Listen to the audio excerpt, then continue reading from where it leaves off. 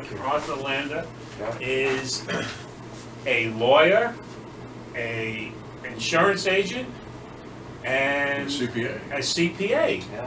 I mean, and a business advisor and consultant on top of that. Like, one-stop shopping. How could you imagine such a guy in Alexandria? How many years have you been doing all this? We've been here in Alexandria for 7 years. That's awesome. I moved from Clarendon.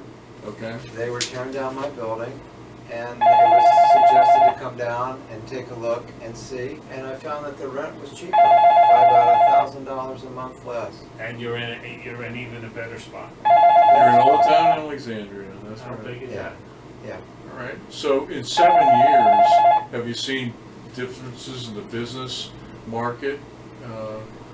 I think, what I've seen is the internet has affected, say, the little antique stores a lot, because Right. now people are selling their antiques online. They don't need to go to the little shops. Of course, we had the COVID with the restaurants and how they were hit. But also, there were those programs like the PPP loans where people could take advantage of them, and the restoration of the restaurants. And now we've got the employee retention credits, so all those things really help small businesses. And of course, I think the associations like the Delray Business Association has been really a good group of people to keep things moving, keep activities and functions going on. How are your businesses that you're dealing with now? How do they see 23? Well, 23, it's pretty much a normal course, but I like to be involved in a lot of activities.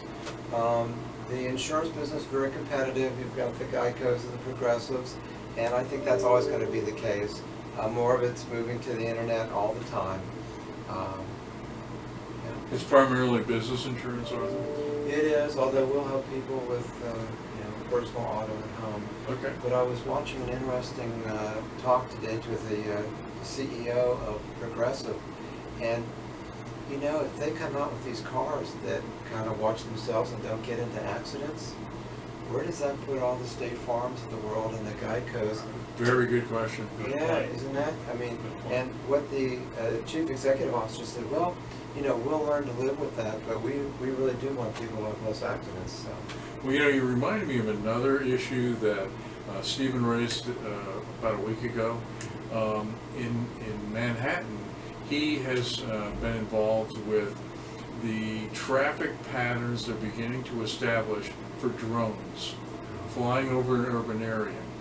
So they're actually starting to create lanes that the drones can fly in, and you can see, projecting that forward, that's probably going to be a consumer traveling route down the road, and for the vehicles as well. So amazing.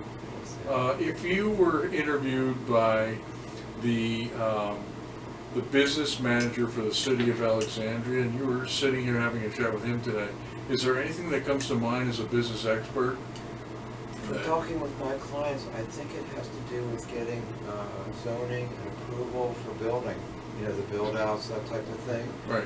And when I go to business meetings, I hear people complain about that too. I haven't had that problem, but that's what I hear about. The delays, taking The delay in the permitting process and the zoning There's process. a lot of permitting because of the historic aspect, you think? It could be just good old fashioned. You need the permits for electrical and HVAC and plumbing, and it just seems like it takes a while to get that. And it could be the historic too on top of that. They're very careful about that. Well, that's great. Yeah.